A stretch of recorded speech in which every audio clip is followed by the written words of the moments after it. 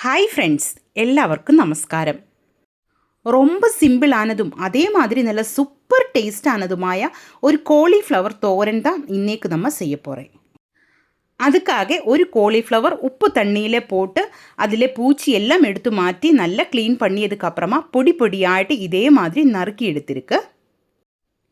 லைட்டாக சூடு பண்ணிய தண்ணியில் கொஞ்சம் உப்பு போட்டு தான் இந்த காலிஃப்ளவர் நான் நல்லா கழுகி எடுத்தது. அதுக்கப்புறமா தான் இந்த மாதிரி பொடியாயிட்டு நறுக்கி எடுத்திருக்குது. நம்ம தோரனுக்கு இதே மாதிரி தான் கட் பண்ணி எடுக்கணும்.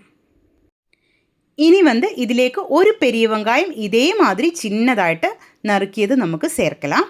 பாருங்கள், ஒரே ஒரு பெரிய வெங்காயம் போதும், அதிகமாய் போகக்கூடாது. அதுக்கப்புறமா 2 பச்சை மிளகாய் தான் நான் எடுத்திருக்கு. காரம் உங்களுக்கு கரெக்டாக ஆகிற மாதிரி நீங்கள் பச்சை மிளகாய் எடுத்துக்கோங்க. அதையும் நைஸாகிட்டு தான் கட் பண்ணி எடுத்திருக்கு.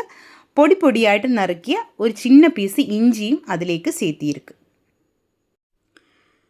தேவையான உப்பு நமக்கு இதிலேக்கு சேர்க்கலாம். கூட கருவேப்பிலையும் சேர்க்கலாம். கருவேப்பிலை பிச்சு போட்டிருந்தால் நல்ல டேஸ்ட்டாக இருக்கும். அந்த மாதிரி செய்யும்போது கருவேப்பிலையோட வாசமெல்லாம் நல்லா அதில் பிடிக்கும்.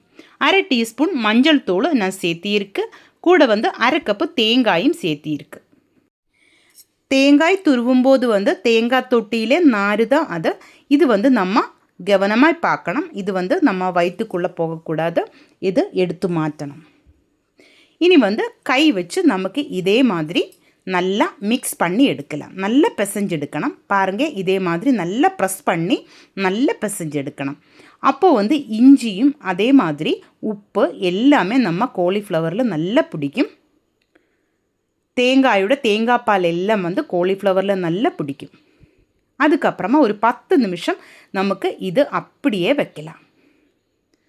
இந்த மாதிரி 10 நிமிஷம் ரெஸ்ட் பண்ணுறதுக்காக வச்சதுக்கு பின்னாடி நமக்கு இன்னொரு கடாய் அடுப்பிலேக்கு வச்சு சூடு பண்ணி எண்ணெய் ஊற்றி கடுகு தாளித்து எடுக்கலாம். கடலைப்பருப்பு நான் போட்டிருக்கேன். உளுத்தம் பருப்பும் நமக்கு அதிலேக்கு சேர்க்கலாம். அது ஒன்று ஃப்ரை ஆகும்போது நம்ம காலிஃப்ளவர் சேர்த்தி இதே மாதிரி நல்லா வணக்கி எடுக்கணும். ஃபஸ்ட்டு ஒரு 2 நிமிஷம் இதே மாதிரி நல்லா வணக்கி எடுக்கணும். அதுக்கப்புறமா ஸ்டவ் லோ ஃப்ளேமில் வச்சு 2 நிமிஷம் மூடி வச்சு நமக்கு வேக வச்சு எடுக்கலாம். இதிலேக்கு கொஞ்சம் கூட தண்ணி ஊற்ற தேவையில்லை. ஆவியிலே நின்று இது நல்லா வெந்து வரும். காலிஃப்ளவர் சீக்கிரமாக வெந்து வருന്ന ஒரு வெஜிடபிள் தான். அதனால அதிகம் டைமு நம்ம ஸ்டவ்விலே வச்சு இது வேக வைக்கிறதுக்கு விடக்கூடாது. அந்த மாதிரி செஞ்சுருந்தால் நம்ம காலிஃப்ளவரோட டேஸ்ட்டு மாறி போயிடும். அதனால் அப்படி செய்யக்கூடாது. இனி கொஞ்சம் கறிவேப்பிலோடு சேர்த்து மூடி வச்சு நமக்கு 2 நிமிஷம் வேக வச்சு எடுக்கலாம். இந்த மாதிரி தோரன் செஞ்சுருந்தா காலிஃப்ளவர் பிடிக்காதவங்க கூட கேட்டு வாங்கி சாப்பிடுவாங்க. அந்த மாதிரி டேஸ்ட்டு தான் இந்த காலிஃப்ளவர் தோரனுக்கு. கண்டிப்பாக நீங்கள் ட்ரை பண்ணி பாருங்கள். சாப்பாடிൻ്റെ கூட பிசைஞ்சு சாப்பிட்றதுக்கு அருமையான ஒரு தோரன் தான் இது. இப்போ பாருங்கள், நம்ம சூப்பர் டேஸ்ட்டிலே காலிஃப்ளவர் தோரன் ரெடி ஆகிருக்கு.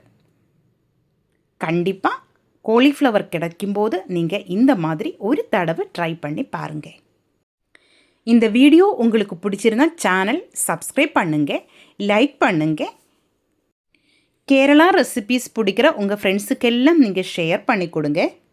ஹைப் ஆப்ஷன் ப்ரெஸ் பண்ணி பாயிண்ட் கொடுத்து என்னை கொஞ்சம் சப்போர்ட் பண்ணுங்கள். உங்களுடைய ஃபீட்பேக் கமெண்ட்டில் எழுதி போடுங்க. தேங்க்யூ.